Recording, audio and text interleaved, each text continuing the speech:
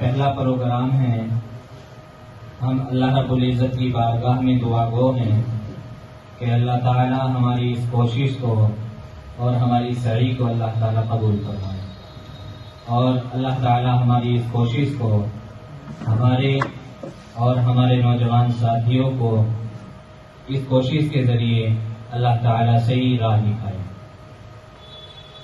خیر، پروگرام کو ہم اللہ رب العزت کے مقدس اور بابرکت کلام سے شروع کرتے ہیں۔ تلاوت کلام اللہ کے لیے میں اپنے عزیز جناب حضرت مولانا عبد الکریم صاحب امام مسجد اقصی کھتولی کو دعوت دیتا ہوں کہ موصوف تشریف لے آئے اور تلاوت کلام اللہ سے ہماری محفل کا آغاز کریں۔ اعوذ باللہ من الشیطان الرجیم،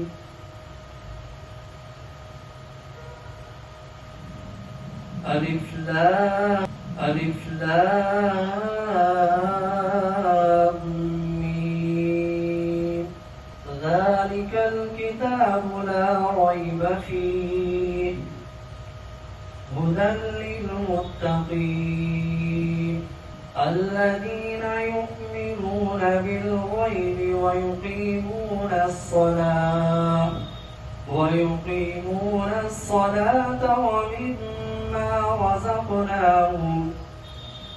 ومما رزقناهم ينفقون والذين يؤمنون بما أنزل إليك وما أنزل من قبلك وبالآخرة هم يوقنون أولئك على هدى من ربهم وأولئك هم المفلحون صدق الله العظيم۔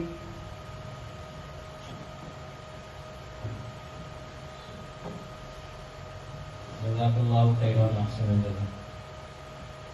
تلاوت کلام اللہ کے بعد حضرت جناب محمد مصطفیٰ صلی اللہ تعالی علیہ وسلم کی شان اقدس میں نذران عقیدت پیش کرنے کے لیے میں دعوت سخن دے رہا ہوں جناب حضرت مولانا محمد فہیم صاحب امام مسجد باغ جنت کھتولی، موصوف تشریف لے آئے اور نعت نبی صلی اللہ علیہ وسلم پیش کرنا۔ السلام علیکم ورحمۃ اللہ۔ سحر کا وقت تھا، معصوم کلیاں مسکراتی تھی، ہوائیں خیر مقدم کے ترانے گنگناتی تھی، ابھی جبریل بھی اترے نہ تھے کعبے کے منبر سے کہ اتنے میں صدا آئی ہے عبداللہ کے گھر سے، مبارک ہو شہ ہر دو سرا تشریف لے آئے، مبارک ہو محمد مصطفیٰ تشریف لے آئے، مولایا صلی وسلم دائما ابدا علی حبیبک خیر الخلق کلہم۔ نہ کوئی آپ جیسا تھا، نہ کوئی آپ سا ہوگا، نہ کوئی آپ سا ہوگا، نہ کوئی آپ جیسا تھا، کوئی یوسف سے پوچھے مصطفیٰ کا حسن کیسا تھا، زمین و آسمان میں کوئی بھی مثال نہ ملی، مولایا صلی وسلم دائما ابدا علی حبیبک خیر الخلق کلہم، محمد سید الکونین والثقلین محمد سيد الكونين والثقلين والفريقين من أرض ومن عجم. سلام اس پر کہ جس نے بے کسوں کی دستگیری کی. سلام اس پر کہ جس نے بادشاہی میں فقیری کی. سلام اس پر کہ جس کے گھر نہ چاندی تھی نہ سونا تھا. سلام اس پر کہ ٹوٹا بوریا جس کا بچھونا تھا. سلام آمینہ کے لال اے محبوب سبحانی. سلام فخر موجودات فخر نوع انسانی. تیری صورت تیری سیرت تیرا نقشہ تیرا جلوہ. تبسم گفتگو بندہ نوازی خندہ پیشانی. تیرا در ہو میرا سر ہو میرا دل ہو تیرا گھر ہو. تمنا مختصر سی ہے مگر تمہید طولانی. مولایا صلی وسلم دائما ابدا على حبیبک خیر الخلق كلهم.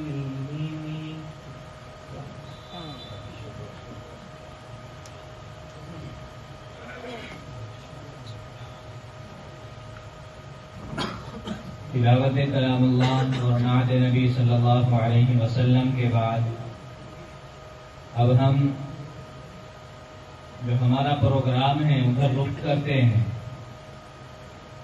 کیا پروگرام ہے, وجوہات کیا ہیں اور اس کو آگے کیسے بڑھایا جا سکتا ہے, ایسا بہت ساری باتیں. تو میں تعارفی کلمات اس پروگرام کے تعلق سے عرض کرنے کے لیے دعوت سخن دے رہا ہوں. جناب حضرت مولانا مفتی محمد احمد صاحب امام مسجد بلال مسجد بھوڑ موصوف تشریف لے آئے اور تعارفی کلمات پیش فرمائیں.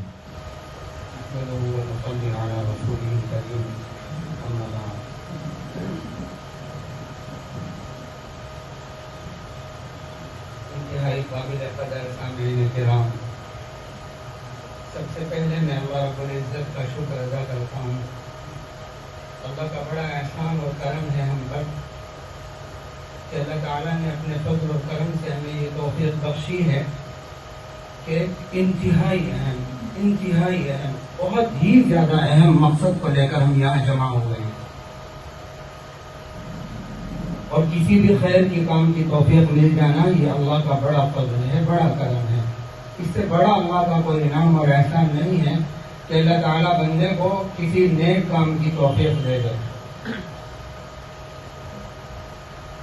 دوسری بات, میں آپ تمام حضرات کا تہہ دل سے شکر گزار ہوں کہ آپ اپنی مصروفیات کو چھوڑ کر, اپنی اہم مشغولیات کو چھوڑ کر ہماری دعوت پر یہاں تشریف لائے ہیں. آپ یقیناً بہت ہی مبارکباد کے قابل ہیں.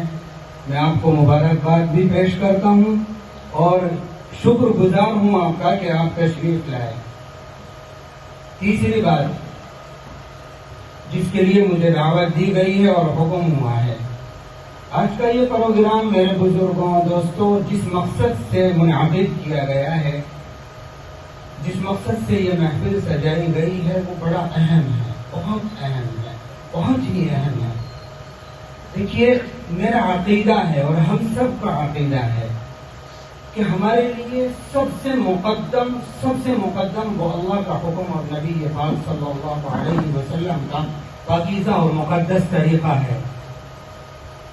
اگر اللہ کا حکم زندگی کے اندر نہ ہو, نبی پاک صلی اللہ علیہ وسلم کا طریقہ زندگی کے اندر نہ ہو تو زندگی کے کوئی معنی نہیں ہے, بیکار ہے. جینا بیکار ہے, کوئی مقصد نہیں ہے. اور نبی پاک صلی اللہ علیہ وسلم کے طریقے کو زندہ کرنے والے اور اللہ کے دین کو زندہ کرنے والے وہ یقیناً سب سے اعلیٰ درجے کے لوگ ہیں.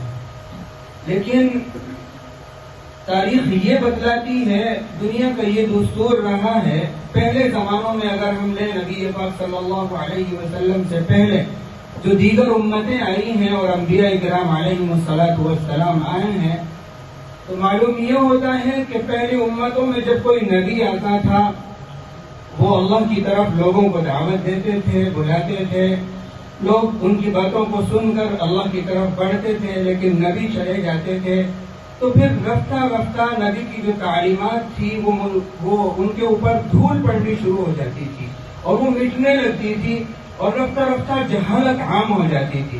پھر اللہ تبارک و تعالیٰ کسی اور نبی کو مبعوث کرتا تھا، یہی سلسلہ آخر تک چلتا رہا تاکہ نبی آخر الزمان جناب محمد رسول اللہ صلی اللہ علیہ وسلم کو اللہ تبارک و تعالیٰ نے قیامت تک کے لیے دین حق کا دے کر مبعوث کیا۔ اب چونکہ یہ آخری نبی تھے، یہ ساری باتیں آپ کی سنی سنائی ہیں۔ اب نبوت کا سلسلہ ختم تھا تو ختم نبوت کے طفیل میں اللہ تبارک و تعالیٰ نے اس دین کو پھیلانے کی، اس دین کو دوسروں تک پہنچانے کی ذمہ داری امت کے ہر فرد پر عائد کی ہے۔ اللہ کے نبی صلی اللہ علیہ وسلم کا مشہور فرمان ہے، آپ حضرات نے بارہا سنا ہوگا، آپ نے فرمایا تھا حجۃ الوداع میں اعلیٰ فلیبلغ الشاہد منکم الغائب، کہ جو لوگ یہاں موجود ہیں ان کی ذمہ داری بنتی ہے کہ وہ دین جو میں نے تم تک پہنچایا ہے وہ غائبین تک پہنچا دے۔ الحمدللہ امت اس فریضے پر عمل کرتی آ رہی ہے اور نبی پاک صلی اللہ علیہ وسلم کے لائے ہوئے دین کو اور طریقے کو انہوں نے اپنے بعد والوں تک پہنچایا ہے اور اسی طرح سے ہم تک پہنچا ہے۔ لیکن اسی کے ساتھ ساتھ یہ بھی مسلم ہے کہ علماء نے، اللہ والوں نے اور دین کے جاننے والوں نے دین کو پھیلانے میں اور بعد والوں تک پہنچانے میں جتنی محنتیں اور کوششیں کی ہیں اتنی ہی کوششیں باطل نے بھی اس دین کو مٹانے کی ہیں۔ بلکہ اگر میں یہ کہوں تو شاید مبالغہ نہ ہو کہ میرے خیال میں ایسا محسوس ہوتا ہے آج کے وقت کو دیکھتے ہوئے کہ جتنی محنتیں ہمیں دین کے پہنچانے کے لیے کرنی چاہیے، یہ جتنی ہم کر رہے ہیں اس سے زیادہ باطل کوششیں کر رہا ہے دین کو مٹانے کی، بندوں کا اللہ سے اور اللہ کے نبی صلی اللہ علیہ وسلم سے رشتہ کاٹنے کی۔ اور ایک بہترین ہتھیار آج کے زمانے میں، آج کے وقت میں باطل کو سوشل میڈیا کا ملا ہے۔ بہت سارے وہ لوگ جو اپنی مشغولیات کے باعث، اپنی مصروفیات کے باعث علماء کو وقت نہیں دے پاتے، علماء کی صحبتیں حاصل نہیں کر پاتے، اور ان کی مشغولیات ایسی ہیں کہ وہ نیٹ سے جڑے ہوئے ہیں، تو نیٹ کے ذریعے سے باطل نے محنت شروع کی مسلمانوں پر، اور خاص طور سے اس طبقے پر جو جدید تعلیم یافتہ ہے، اور ان کے ذہنوں کے اندر طرح طرح کے شکوک، طرح طرح کے شبہات، طرح طرح کے اشکالات پیدا کر کے یہ کوشش کی جا رہی ہے کہ کسی طرح سے امت مسلمہ کا نوجوان طبقہ، امت مسلمہ کا جو یہ کہا جائے لب لباب ہے اور جو گودا اور مغز ہے، کیونکہ کسی بھی قوم کا جو مغز ہوتا ہے وہ نوجوان ہوتے ہیں، مستقبل جو ہوتا ہے وہ نوجوان ہوتے ہیں، اور کسی بھی قوم کو آگے بڑھانے والے جو لوگ ہوتے ہیں وہ اس قوم کے تعلیم یافتہ لوگ ہوتے ہیں۔ ان کو باطل نے نشانہ بنایا اور اس سے فائدہ اٹھایا کہ یہ اپنی ضروریات کی بنیاد پر نیٹ کا استعمال کر رہے ہیں، تو سوشل میڈیا کے ذریعے سے دین کے تعلق سے آج بے انتہا شکوک اور شبہات پیدا کر دیے گئے، دین کے تعلق سے بہت ساری غلط باتیں پیدا کر دی گئی، بہت سارے اوہام اور خیالات نوجوانوں کے دلوں کے اندر پیدا کر دیے گئے، اور یہ بہت ہی سنگین اور بہت نازک صورتحال ہے، اس لیے کہ وہ طبقہ کہ جس نے دین کو صحیح سے نہیں سمجھا ہے، جو قرآن پاک یا حدیث کے ما لہو و ما علیہ کو نہیں سمجھتا ہے، اس کے سامنے آپ قرآن پاک کی کوئی آیت پیش کر کے ترجمہ کیجئے، جو عربی کو نہیں جانتا اور عربی کا کیا اسلوب ہے اس کو نہیں پہچانتا، اس کے کیا قواعد ہیں ان کو نہیں جانتا، آپ عربی کی کوئی بھی عبارت پیش کر کے اسے جو ترجمہ سمجھائیں گے وہ سمجھ جائے گا، وہ بتلائے ان کو تسلیم کرے گا، اس لیے کہ اس کو حقیقت کا علم ہی نہیں ہے، وہ جانتا ہی نہیں ہے کہ حقیقت کیا ہے۔ اسی طرح سے اس چیز کا فائدہ اٹھا کر ہمارے نوجوانوں کو، ہمارے جو قوم کا مغز ہے، گودا ہے، جو قوم کا مستقبل ہے، اسے بہکانے کی چاروں طرف کوششیں کی جا رہی ہیں۔ اور طرح طرح کے فرقے انٹرنیٹ کے ذریعے سے وجود میں آ رہے ہیں، فرقے ضالہ بڑھتے جا رہے ہیں، اور ہمارے نوجوان جو یقیناً ہمارے بہت کام کے ہوا کرتے تھے، ان کا بھی ایک بہت خاصا مجمع ہمیں دیکھنے کو ایسا ملتا ہے جو شکوک و شبہات کا شکار ہو چکا ہے۔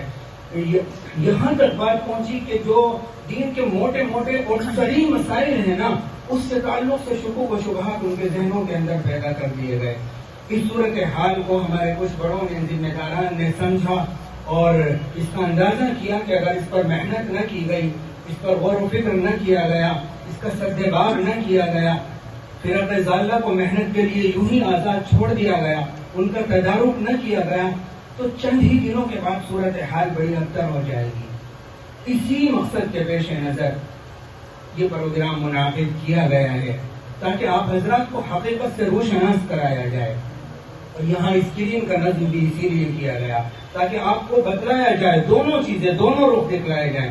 آپ حضرات نے اکثر باتیں سنی ہوں گی، بہت ساری باتیں جو سوشل میڈیا کے ذریعے سے، نیٹ کے ذریعے سے آپ سنتے رہتے ہیں بیانات، ان میں بہت ساری باتیں شاید ایسے بھی یہاں کچھ لوگ ہوں کہ ان کے ذہنوں کے اندر وہ صحیح رخ پر بیٹھی ہوئی ہوں، لیکن حقیقت اس کی کچھ اور ہے۔ اس حقیقت کو دکھلانے کے لیے الحمدللہ آپ سب نا سمجھدار طبقہ یہاں پر موجود ہے، پڑھے لکھے سارے لوگ موجود ہیں۔ جب ان کے سامنے دونوں رخ کر دیے جائیں گے نا، جب ان کے سامنے دونوں بات کر دی جائیں گی، تو خود آپ فیصلہ کر سکتے ہیں کہ کیا حق ہے اور کیا باطل ہے۔ لیکن نیٹ پر جو صورتحال دکھلائی جاتی ہے، نیٹ پر جو ہمارے سامنے چہرہ رکھا جاتا ہے، وہ صرف ایک رخ ہوتا ہے، دوسرا رخ نہیں ہے۔ دوسرا رخ آپ کے سامنے آئے گا تو آپ اس کو سمجھیں گے، جانیں گے کہ ہاں کس طرح سے امت کے نوجوانوں کو اچکا جا رہا ہے اور دین کو مٹانے کی اور نوجوانوں سے دین کو، ایمان کو سلب کرنے کی کوششیں ہو رہی ہیں۔ اس مقصد کے پیش نظر انتہائی قابل قدر معزز میرے مہمانوں، یہ پروگرام منعقد کیا گیا ہے۔ اس میں کلیدی بیان جناب حضرت مولانا محمد سعد صاحب خانجہاں بری کا ہوگا، جو ہماری تحصیل کھتولی کے جمعیت علماء ہند کے صدر بھی ہیں، اور آپ حضرات ان کی شخصیت سے واقف ہیں، ہم سب کے بڑے ہیں۔ وہ انشاءاللہ اس سلسلے میں بات کریں گے اور آپ کو دونوں رخ، دونوں پہلو دکھلائیں گے۔ وہ بھی جو فرق ضالہ جن کی اشاعت کر رہے ہیں، جن کو صحیح بات بتا کر لوگوں کے درمیان پھیلایا جا رہا ہے، اور پھر اس کے اندر جو خامیاں ہیں وہ بھی انشاءاللہ آپ کے سامنے بیان کریں گے۔ اور اس بیان کے بعد آپ حضرات کو موقع بھی دیا جائے گا کہ اگر آپ کے ذہنوں کے اندر سوالات ہوں تو آپ سوال پیش کریں، انشاءاللہ اس کا حل آپ کے سامنے پیش کریں گے، اس کا شافی جواب، تسلی بخش جواب انشاءاللہ دیں گے۔ چہ جائے کہ وقت کی نزاکت کے اعتبار سے آج تو یہ نہ ہو سکے، کیونکہ آپ کو، بلکہ میں یہ کہتا ہوں کہ جب آپ بات سنیں گے نا تو انشاءاللہ 75% تو مسائل بات سن کر حل ہو جائیں گے، کیونکہ بڑے جو شبہات ہیں وہ اسی بنیاد پر ہیں کہ ہم دوسرا رخ جانتے ہی نہیں ہیں۔ خیر شاید میری بات لمبی ہو گئی۔ مقصد اس پروگرام کا، مقصد اس مجلس کا یہ ہے کہ انٹرنیٹ کے ذریعے سے جو پھیلنے والے غلط عقائد اور نظریات ہیں ان کا تدارک کیا جائے، ان کے بارے میں اپنے نوجوانوں کو، امت مسلمہ کو صحیح رخ دکھلایا جائے، صحیح بات بتلائی جائے، تاکہ یہ پوری ثوابدید کے ساتھ اور پورے اطمینان کے ساتھ صحیح فیصلہ کریں، اپنے لیے صحیح سمت چنیں، صحیح رخ اختیار کریں۔ کہیں ایسا نہ ہو یہ دین کو حاصل کرنے کی فکر میں بددینی کو دین سمجھتے رہیں اور سمجھیں یہ کہ ہم راہیاب ہو رہے ہیں اور ہر قدم پر گمراہی ان کا مقدر بنتے رہے۔ اس مقصد سے یہ پروگرام منعقد کیا گیا ہے۔ اللہ تبارک و تعالیٰ اس میں کامیابی عطا فرمائے، اور جن حضرات نے اس کے لیے فکریں کی ہیں اللہ ان کو جزائے خیر عطا فرمائے، ان کی محنتوں کو دنیا اور آخرت میں قبول فرمائے، برابر فرمائے۔ توجہ کے ساتھ سنیں گے انشاءاللہ حضرت کی بات سب، انشاءاللہ۔ ابھی انشاءاللہ تو کہہ دو، بیداری کا ثبوت دیں انشاءاللہ۔ بڑا اہم اور حساس یہ پروگرام ہے، جب حضرت اب بات کریں گے تو ہمیں اندازہ ہوگا کہ کتنا اہم یہ پروگرام ہے اور کتنی اس پروگرام کی اس وقت میں ضرورت ہے۔ تو زیادہ کچھ نہ کہتے ہوئے اب انتہائی ادب و احترام کے ساتھ میں درخواست گزار ہوں حضرت مولانا سید محمد سعد صاحب خانجہاں پوری، صدر جمعیت علماء تحصیل کھتولی، الحمد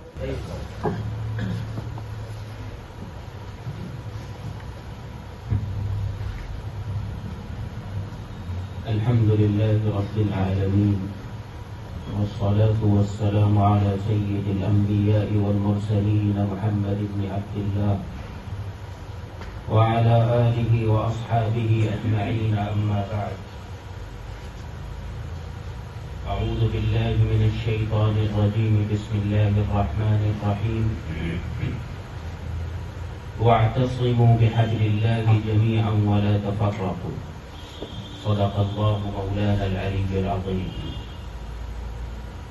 میرے معزز نوجوان ساتھیوں، جیسا کہ مجھ سے پہلے حضرت مفتی صاحب نے اس پروگرام کی غرض و غایت آپ کے سامنے بیان کر دی ہے، اور وقت بھی میں نے ابھی وقت دیکھا 9:55 ہو چکے ہیں. میں نہیں چاہتا آپ کا زیادہ وقت لوں. کوشش کروں گا کہ بہت کم وقت کے اندر تمام باتیں آپ کے سامنے رکھ دوں. اصل میں انٹرنیٹ کے ذریعے جو لوگ کام کر رہے ہیں ان کی ایک لمبی لسٹ ہے، اور ہر زاویے سے امت کو گھیرنے کی کوشش کی جا رہی ہے کہ یہاں سے بچ جائے تو یہاں پھنس جائے، اور یہاں سے بچ جائے تو یہاں پھنس جائے. کسی نہ کسی زاویے سے اس کو کسی نہ کسی انداز میں پھنسا ہی لیا جائے. تو اس چیز کو ہم ایک پروگرام میں تمام چیزوں کو ایک دفعہ میں رکھنا ہی ممکن نہیں. اس لیے ہم یہ سوچتے ہیں کہ ہم نے الگ الگ شہر کے الگ الگ علاقوں کے اندر، آپ کے اس شہر کھتولی کے الگ الگ وقتوں میں پروگرام رکھنے کا ارادہ کیا ہے. تو الگ الگ جگہوں پر اسٹیپ بائی اسٹیپ ایک ایک چیز کو رکھیں گے، کیونکہ ایک وقت میں تمام چیزوں کو نہیں رکھا جا سکتا. آج ہم ان میں سے ایک چیز کو منتخب کر کے لائے ہیں جو بہت اہم ہے، اس کو آپ کے سامنے رکھیں گے، اور مجھے امید ہے کہ چند منٹ کی بات سے ہی آپ مطمئن ہو جائیں گے اور آپ کا ذہن یہ کہہ دے گا کہ واقعی یہ گمراہ لوگ. انشاءاللہ مجھے اللہ کی ذات سے یقین ہے کہ چند منٹ کی گفتگو سے آپ کے سامنے حق اور باطل واضح ہو جائے گا. ہم دیکھیں تو اس کے اندر جو ایک لمبی لسٹ ہے اس میں ایک نام ملتا ہے محمد شیخ کا. آپ میں سے کچھ لوگ جانتے ہوں گے. محمد شیخ ایک قابل ذکر شخصیت نہیں تھی.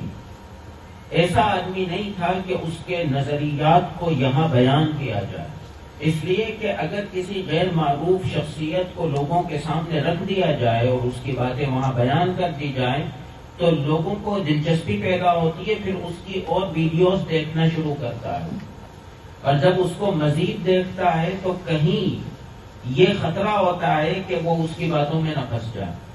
لیکن مجبوری یہ پیدا ہو گئی کہ کچھ لوگ ایسے موجود ہیں آپ کے شہر کے اندر جو محمد شیخ کو فالو کر رہے ہیں. لہٰذا ہماری ذمہ داری ہے پہلے سے آپ کو آگاہ کر دیں. ہم آپ کو اس کا فالوور نہیں کہتے ہیں، ہم نہیں کہتے کہ آپ اس سے متاثر ہیں، لیکن چونکہ آپ کے شہر میں کچھ لوگ اس کو فالو کر رہے ہیں اور اس کی چیزوں کو روز بروز لوگوں کے بیچ میں لے جا رہے ہیں، تو ہو سکتا ہے کل کو آپ کے پاس آ جائے.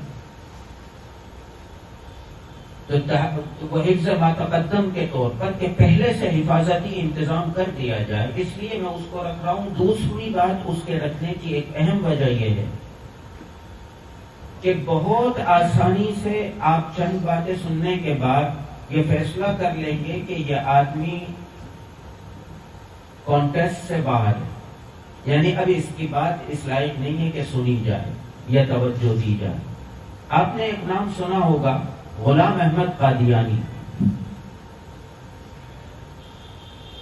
آپ حضرات جانتے ہوں گے جس نے نبوت کا دعویٰ کیا تھا انگریزی دور کے اندر.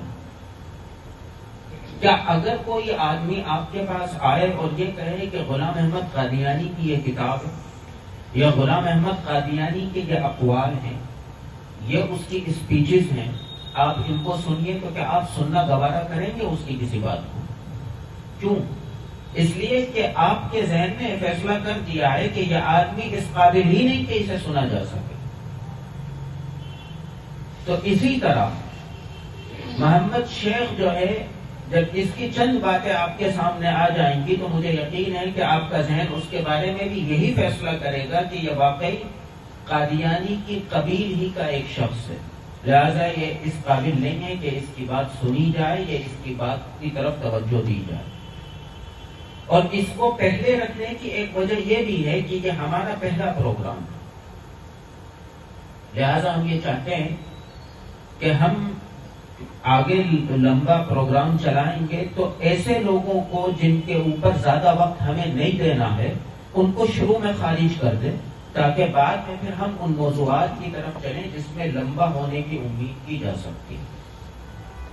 تو اس وجہ سے بھی ہم نے اس شخص کو پہلے چنا.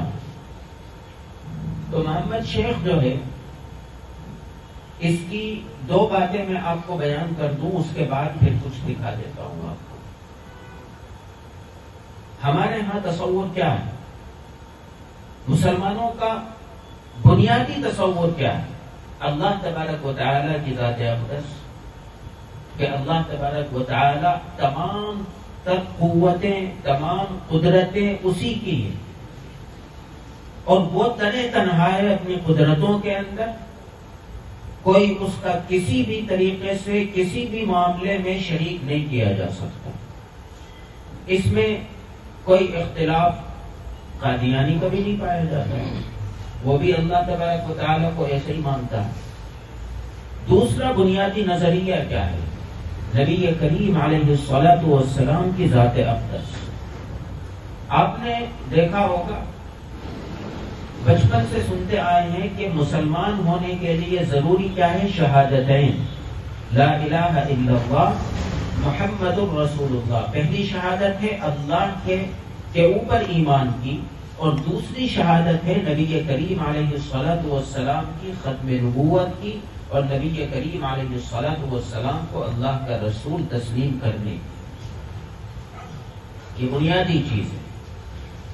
اسی طریقے سے ہمارے عقائد کے سلسلے میں بنیادی چیز قرآن کریم کا تصور ہے کہ قرآن کریم اللہ تبارک و تعالیٰ کا کلام ہے، جس کو اللہ تبارک و تعالیٰ نے اپنی مرضی سے نبی کریم علیہ الصلوۃ والسلام کی ذات اقدس کے اوپر اتارا.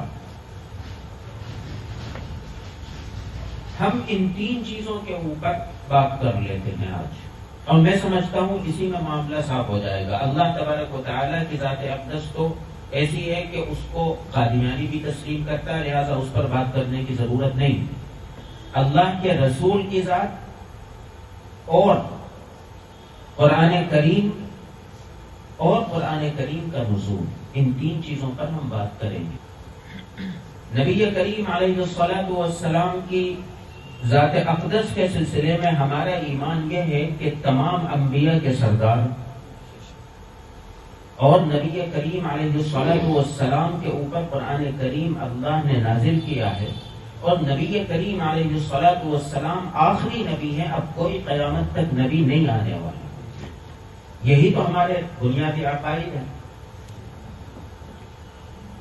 لہذا محمد شیخ نبی کریم علیہ الصلوۃ والسلام کے بارے میں کیا کہتا ہے؟ ایک بات. دوسری بات یہ ہے کہ ابھی تازہ معاملات ہیں. کچھ دن پہلے ایک عورت نے نبی کریم علیہ الصلوۃ والسلام کی شان میں گستاخی کی، تو ہمیں یہ بات بڑی ناگوار گزری تھی. غلط تو نہیں کہہ رہا ہوں، تمام لوگوں کو اس سے تکلیف ہوئی تھی پورے ملک کے اندر. لیکن عجیب بات یہ ہے کہ ایک آدمی اپنے کو مسلمان کہہ کر نبی کریم علیہ الصلوۃ والسلام کی شان میں گستاخی کر رہا ہے، اور ہمارے نوجوان اس کو سن بھی رہے ہیں، اس کو فالو بھی کر رہے ہیں. میں ثابت کروں گا ان باتوں. کیا گستاخی صرف یہ ہے کہ نبی کریم علیہ الصلوۃ والسلام کو نعوذ باللہ ان کے سلسلے میں غلط زبان استعمال کی جائے، گالی دی جائے، کیا صرف یہی گستاخی ہے؟ یا ان کا درجہ جو ہے اس درجے سے گرا دینا بھی گستاخی ہے؟ دوسری بات، نبی کریم علیہ الصلوۃ والسلام کا نام آپ کس طریقے سے استعمال کرتے ہیں یا کس طریقے سے لیتے ہیں؟ ہم میں سے کوئی بھی آدمی ان کا جب نام لیتا ہے محمد الرسول اللہ کہتا ہے کم سے کم، ورنہ ان کا ذاتی اسم جو ہے اس کو زبان سے ادا کرنا بھی وہ اپنے لیے بے ادبی سمجھتا ہے. اور نبی کریم علیہ الصلوۃ والسلام کہہ دیتا ہے، یا ہمارے ہاں عام زبان میں حضور صلی اللہ علیہ وسلم کہہ دیتا ہے، جبکہ ان کے ذاتی نام تو دو ہیں، محمد اور احمد. ان دونوں نام کو وہ استعمال کرنا بھی گوارا نہیں کرتا. تو میں یہ کہہ رہا تھا کہ ہم کسی بھی آدمی کے بارے میں یہ کہیں کہ فلاں آدمی یہ کہتا ہے، تو ہو سکتا ہے کل کو آپ ہمارے بارے میں یہ سوچیں کہ یہ ہم نے اس کے اوپر ایک بلیم لگا دیا زبردستی کا، پتہ نہیں اس نے یہ بات کہی بھی ہے یا نہیں کہی ہے. ہم اس کو آپ کے سامنے پروف کریں گے کہ دیکھیے وہ کیا کہہ رہا ہے. ہم اپنی طرف سے نہیں کہہ رہے بلکہ وہ کہہ رہا ہے، اور یہ بتانے کی ضرورت کیوں پیش آئی؟ اس لیے کہ ایک آدمی نے قرآن کریم کی ایک آیت پڑھ دی اور اس آیت کو پڑھنے کے بعد اس نے اپنی مرضی سے اس کا ترجمہ آپ کے سامنے کر دیا، اور آپ نے کیونکہ قرآن کریم ہے آپ نے مان لیا. آپ جبکہ نہ عربی جانتے ہیں نہ یہ سمجھتے ہیں کہ اس نے اس کے اندر دھوکہ دہی کا کام کیا ہے یا نہیں کیا ہے. اس لیے یہ تمام چیزیں آپ کو دکھانی ضروری ہے. اس نے نبی کریم علیہ الصلوۃ والسلام کی شان میں جو گستاخی کی ہے وہ ایسی ہے کہ ہم اسے برداشت نہیں کر سکتے، اور ایسے آدمی کو ہم فالو کرنے لگے اور یہ کہنے لگے کہ یہ سب سے بڑا علامہ. آپ کے اس شہر میں ایسے لوگ موجود ہیں جو یہ کہہ رہے ہیں کہ اس سے بڑا علامہ تو کوئی ہے نہیں. یہ جتنے مولوی ہیں ان کے بس کی بات نہیں کہ اس کے سامنے آ کر بات کریں. کیوں کہہ رہے ہیں اس قسم کی باتیں؟ اس قسم کی باتیں اس لیے کہہ رہے ہیں کہ نہ وہ خود عربی جانتے ہیں اور نہ ان کا وہ جس کو وہ فالو کر رہے ہیں وہ عربی جانتا ہے. اس نے جو کہہ دیا انہوں نے آنکھ بند کر کے مان لیا، انہیں نہیں معلوم کہ وہ کیا کہنا چاہتا. شیخ صاحب آپ فرمائیے تاریخ میں محمد عربی صلی اللہ علیہ وسلم پہ عبد اللہ جو آدمی تھا کیا وہ بشر آدمی تھا؟ محمد بن عبداللہ نعوذ باللہ. صحیح بات، بہت تو سوال آپ نے کیا.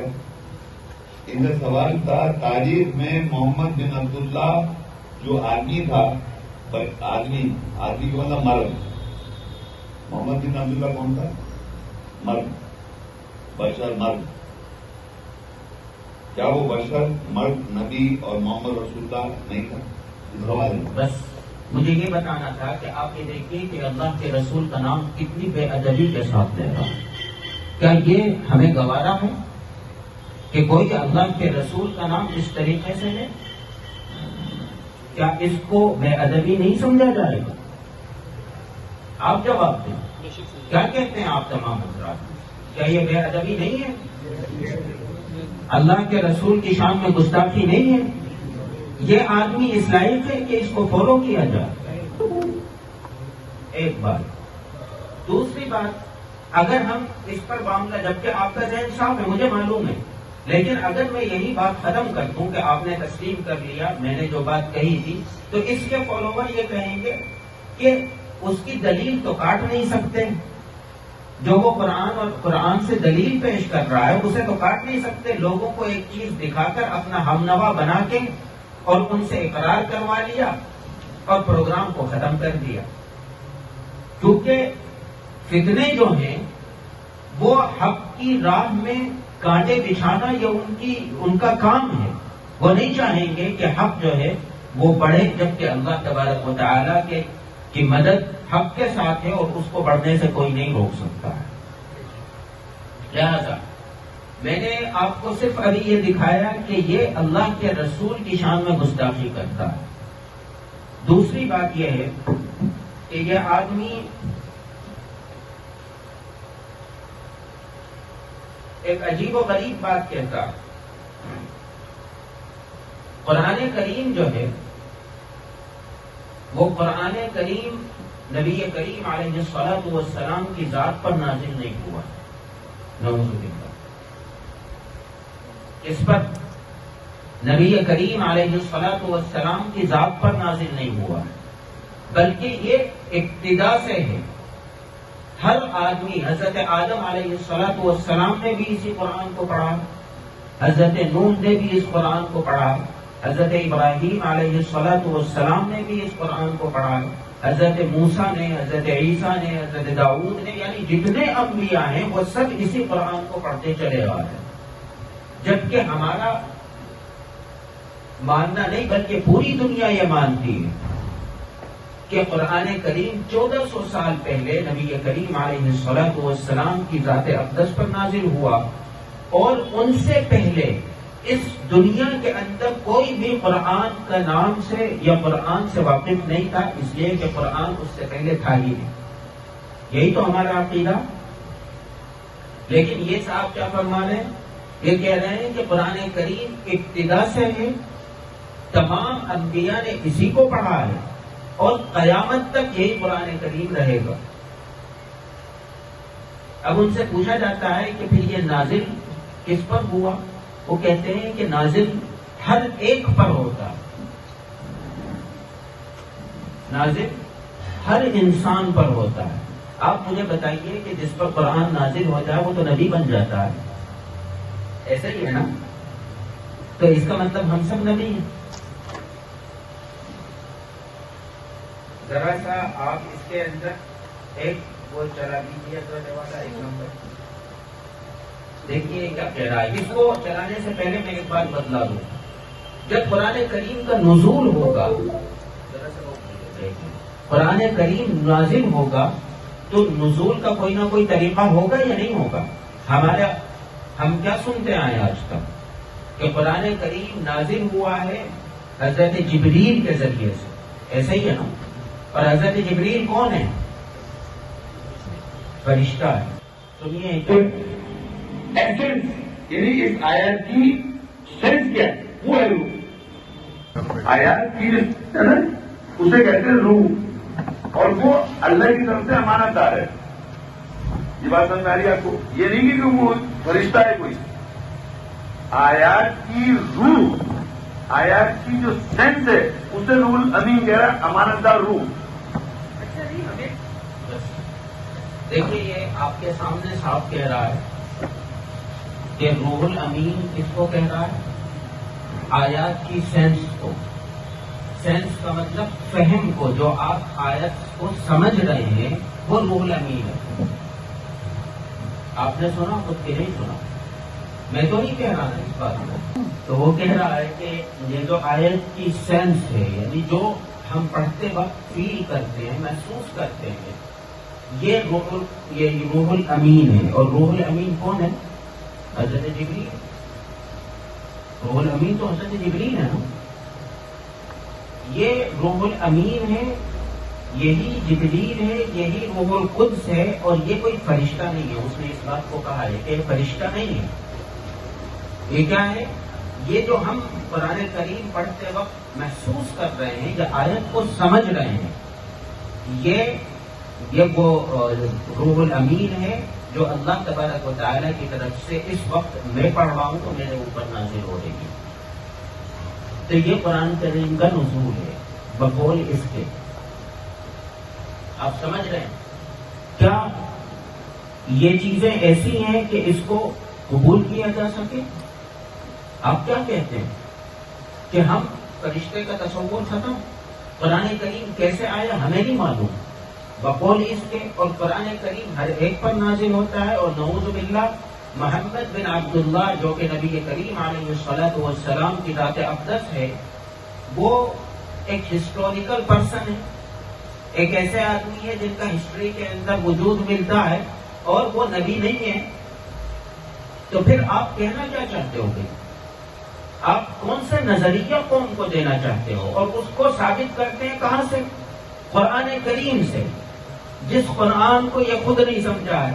لیکن میں یہ کہنا چاہتا ہوں کہ یہ ہمارے سے کہنا کیا چاہتا ہے؟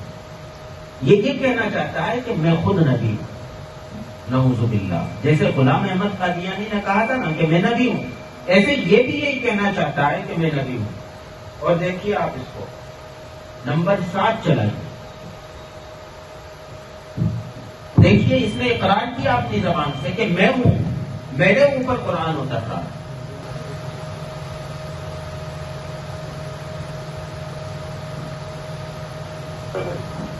وہ بھائی اس سے پہلے کتاب تو پتہ نہیں کب صدر تھے، یہ کتاب بتائی دن پہ نام سے، ٹھیک ہے، ہندوستان میں کا میرے بعد ایک بتایا، وہ تو پتہ نہیں کب سے دن پہ ناچ کر رہا ہے ایک آدمی کا۔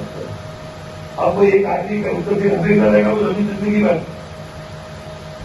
آدمی آتے رہیں گے ہندوستان کے بعد قیامت تک۔ میں نے کہا اسلام کنٹینیوس ہے، کنٹینیوس ہے نا میڈم۔ آپ سے ذہن میں ہے کہ ایک دفعہ ایک آدمی یہ لکھا ہے کہاں نازل ہوا، یہ لکھا ہے کہاں نازل ہوا، دل پہ نازل ہوا، میں نے بتایا دل پہ نازل ہوا۔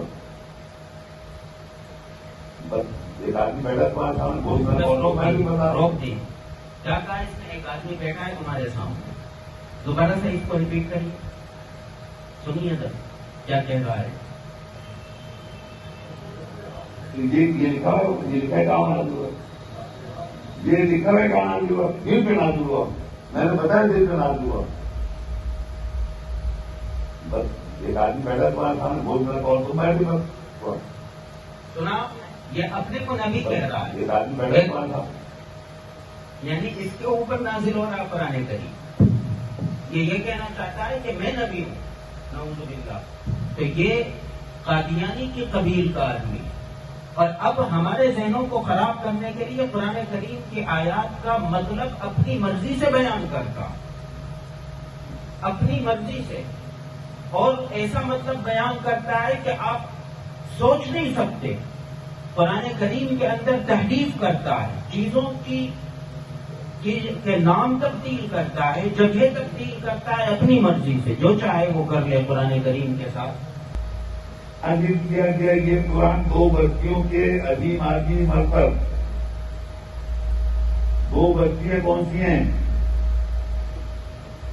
یہ نظارہ کو وقالو لولا نزل، کیوں نہیں نازل کیا گیا ھذا القرآن، یہ قرآن علی رجل، اس اوپر بھر کے من القریتین عظیم، دو خاص بستی کے عظیم آدمی پہ قرآن کیوں نازل ہے؟ دو خاص بستی کون سی دنیا میں؟ مکہ مدینہ دنیا میں قرآن دو خاص بچے مکہ مدینہ ریکارڈ ہیں۔ نیو یارک کو بنائے گا کیوں؟ نہیں، آپ سوال سمجھیں، دنیا میں آپ کو نہیں معلوم کہ مکہ مدینہ دنیا کی عظیم بستیاں ہیں اسلام کے حساب سے؟ نہیں معلوم آپ کو؟ مکہ کا ذکر نہیں قرآن میں، مدینہ کا ذکر نہیں قرآن میں۔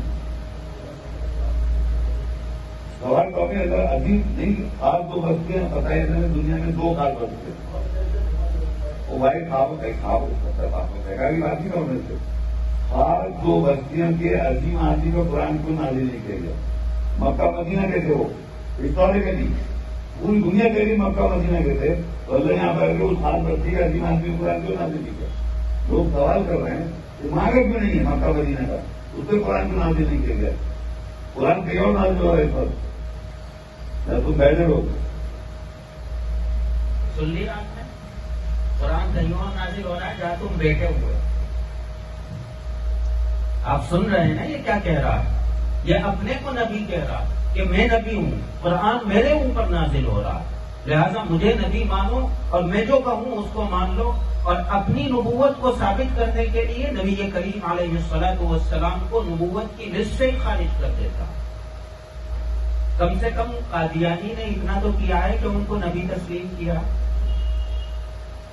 قادیانی نے نبی کریم علیہ الصلوۃ والسلام کو نبی مانا، اور اس نے یہ بھی مانا ہے کہ قرآن کریم ان پر نازل ہوا ہے، لیکن یہ اپنی نبوت کو ثابت کرنے کے لیے نبی کریم علیہ الصلوۃ والسلام کو سرے سے خارج ہی کر دے رہا ہے، اور یہ کہہ رہا ہے کہ وہ نبی نہیں تھے بلکہ وہ ایک ہسٹوریکل پرسن ہے۔ نعوذ باللہ من ذالک۔ لہٰذا میں یہ بتانا چاہ رہا تھا کہ یہ فتنے ہیں جو انٹرنیٹ کے اوپر پھیل رہے ہیں، اور ہم لوگ سمجھ ہی نہیں پا رہے ہیں۔ اس نے قرآن کریم پڑھ دیا، ہم نے مان دیا، ہمیں پتہ ہی نہیں ہے کہ کیا رہا۔ تو ہماری یہ ذمہ داری ہے کہ آپ کے سامنے اس کو پیش کریں۔ ایک بات۔ دوسری بات یہ کہہ رہا ہے اس آیت کو پیش کر کے، وَقَالُوا لَوْلَا نُزِّلَ هذا القرآن على رجل من القريتين عظيم. قرآن کریم میں یہ آیت موجود ہے. قریش مکہ نے اعتراض کیا. یہ اس کا بیان اس کا ترجمہ کیا کر رہا ہے؟ ایک دفعہ ترجمہ سنا دیجیے تاکہ بات واضح ہو جائے.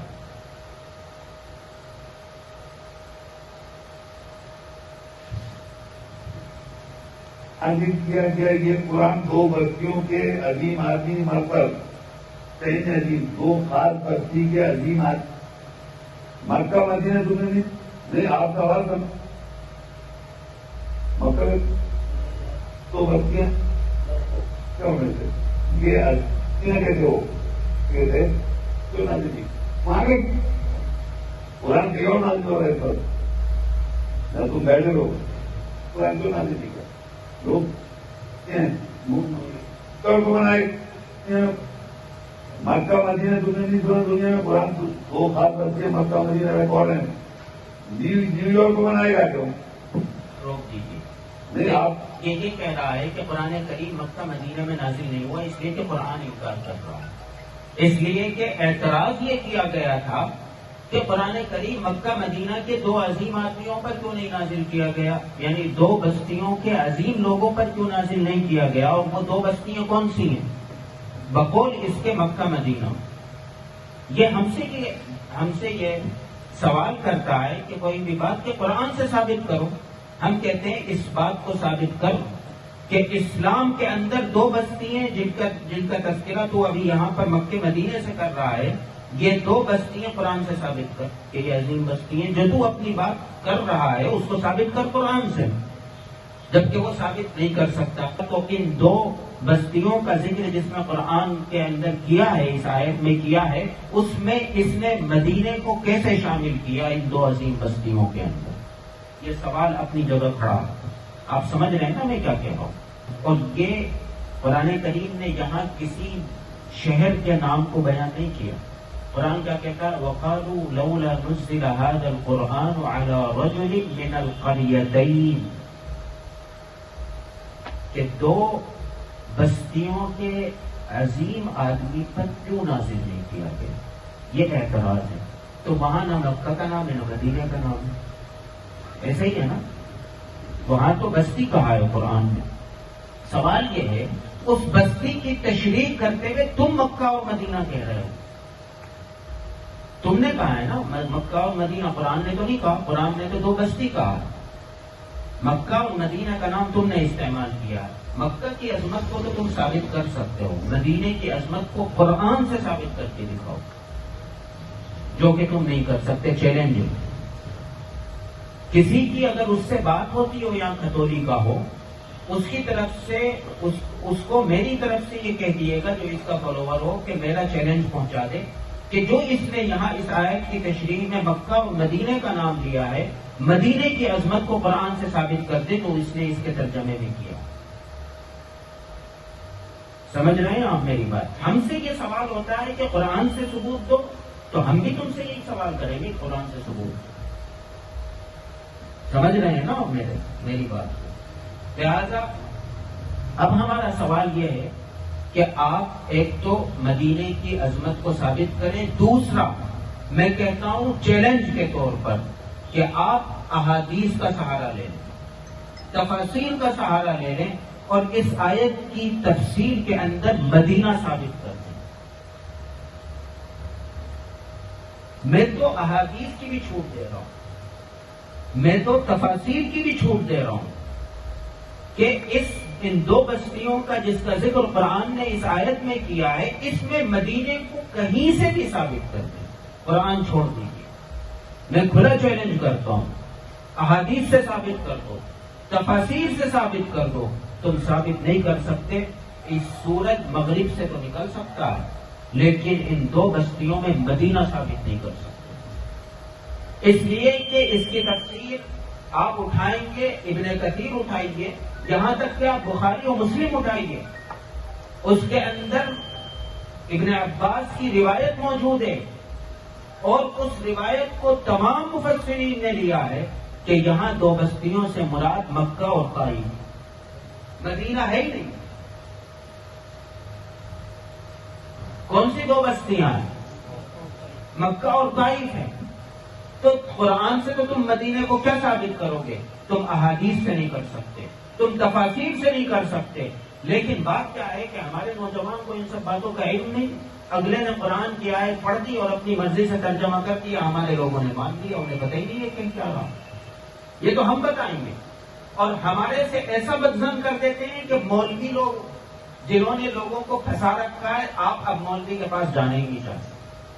اور جب آپ مولوی کے پاس نہیں جائیں گے تو دودھ اور پانی میں فرق کیسے محسوس ہوگا؟ میں ایک بات پوچھتا ہوں لوجیکلی، آپ سب پڑھے لکھے لوگ ہیں، آپ مجھے ایک بات بتائیے کہ کیا عدالت کبھی ایک پارٹی کی بات سن کے فیصلہ سناتی ہے؟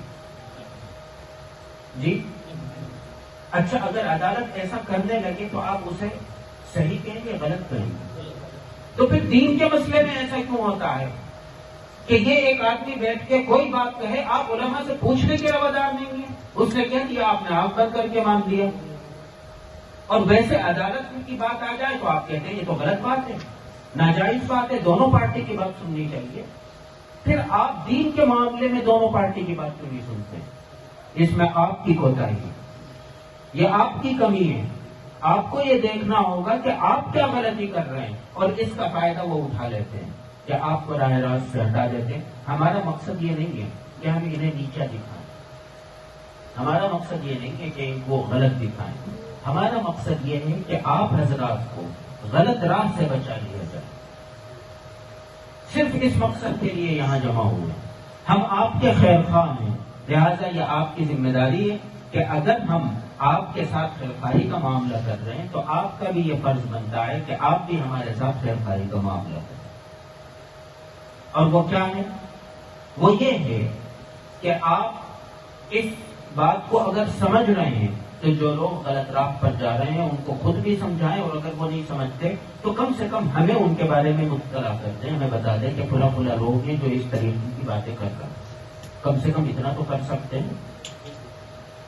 جی اب دیکھیے یہ آیات کے ساتھ کیا معاملہ ہے.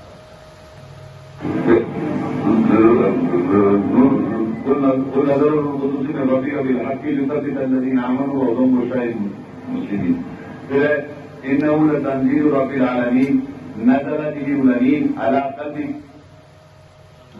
اس طرح کی آیتیں میں آپ کو بتا سکتا ہوں کہ روح الامین جو ہے وہی ریگولیشن کی ایجنٹ ہے.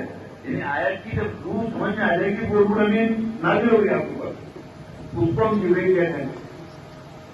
کیونکہ لوگوں کا اعتراض چل رہی ہے، لیکن میں بتاؤں 25 میں باقاعدہ اعتراض لوگ کہتے ہیں اس طرح فرشتہ کیوں نازل نہیں ہوتا. دیہاتوں میں ہم جو کہہ رہے ہیں نا کیا لوگ کہتے تھے فرشتہ کو نہیں لے کر آپ آپ جو کہہ رہی ہیں کہ فرشتہ لے کے آئے. میں یہ نہیں کہا ہمارا لکھا ہے کہ فرشتہ کیوں نہیں لے کے نازل ہوتا ہے. تو کیوں کہہ رہے ہیں جب فرشتہ آپ کہہ رہے ہیں نازل ہوا کیوں کہہ رہے ہیں؟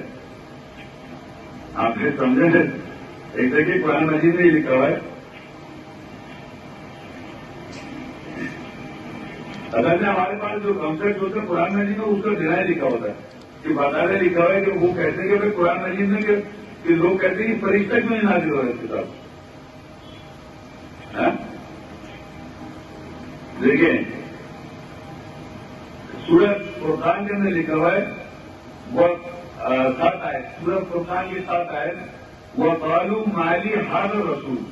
وہ کہتے ہیں یہ کیسا رسول ہے یا کل طعام کھانے کھاتا ہے وہ یمشی فی الاسواق اور روڈوں پہ چلتا ہے. لولا کیوں نہیں انزل الیہ ملک اس کی طرف فرشتہ کیوں نہیں نازل ہوتا.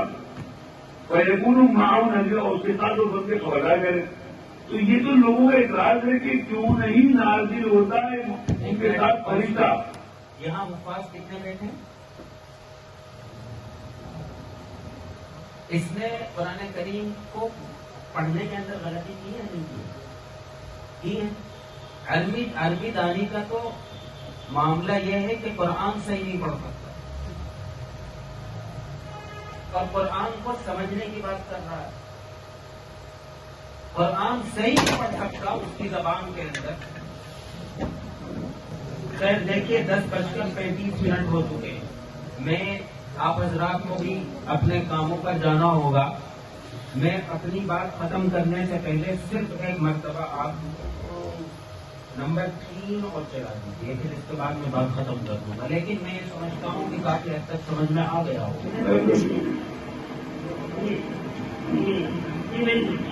اچھا دیکھیے، کل من کہنا عدو والی جبریل، کہہ دو کون ہے دشمن جبریل کے لیے. فَإِنَّهُ نَزَّلَهُ عَلَىٰ قَلْبِكَ بِإِذْنِ اللَّهِ، بے شک وہ نازل ہوا تیرے دل کے اوپر.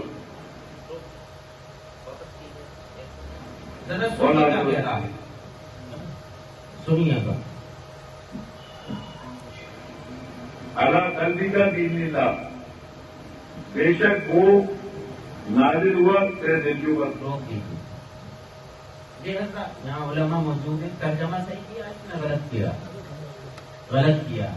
فَإِنَّهُ نَزَّلَهُ عَلَىٰ قَلْبِكَ، قرآن کہہ رہا کہ اس نے نازل کیا، نہ کہ وہ نازل ہو. دونوں باتوں میں فرق ہے. قُلْ مَنْ كَانَ عَدُوًّا لِجِبْرِيلَ، آپ کہہ دیجئے کہ کون ہے جو جبریل کے ساتھ دشمنی رکھتا ہے. فَإِنَّهُ، اس لیے کہ جبریل تو وہ ہے. نَزَّلَهُ عَلَىٰ قَلْبِكَ بِإِذْنِ اللَّهِ، کہ جس نے اللہ کے حکم سے آپ کے دل پر قرآن کو نازل کیا. تو جبریل نے نازل کیا، لیکن یہاں ترجمہ کیا کر رہا ہے دیکھیے دوبارہ. کون نازل ہو تیرے دل؟ نازل ہوا تیرے دل کے اوپر. نازل ہوا، جبریل نازل ہوا تیرے دل پر. واپس کریے. بے شک وہ نازل ہوا تیرے دل کے اوپر. کون نازل ہوا تیرے دل کے اوپر؟ ایک منٹ روک دیجیے. ایک ترجمہ میں نے بتایا، ایک ترجمہ اس نے بتایا. ہو سکتا ہے میں غلط کہہ رہا ہوں. ذرا سا آپ سرچ کر کے دکھائیے اس کا ترجمہ کیا ہے اس آیت کا. آیت نمبر ہے سورہ بقرہ، آیت نمبر 97. مطلب ہم جھوٹ بول رہے ہوں تو آپ کے سامنے دیکھیے آپ کیا اس کا ترجمہ نکل کر آتا ہے.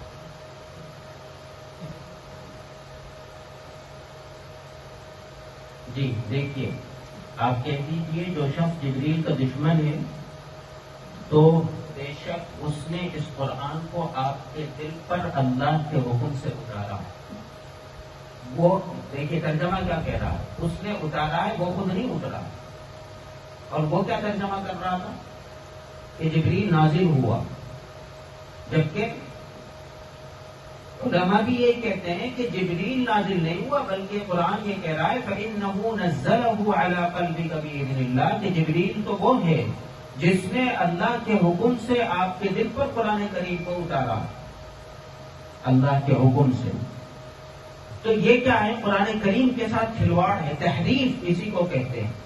دیکھیے قرآن کریم کی حفاظت کا اللہ نے ذمہ لیا. کیا ہے وہ قرآن کی آیت؟ اِنَّا نَحْنُ نَزَّلْنَا الذِّكْرَ وَإِنَّا لَهُ لَحَافِظُونَ، کہ ہم نے قرآن کریم کو ہم نے نازل کیا اور ہم ہی اس کے محافظ ہیں، ہم ہی اس کی حفاظت کریں. تو قرآن کریم کی حفاظت کے صرف الفاظ کی ہے نہیں، معانی کی بھی حفاظت اللہ کے ذمہ ہے.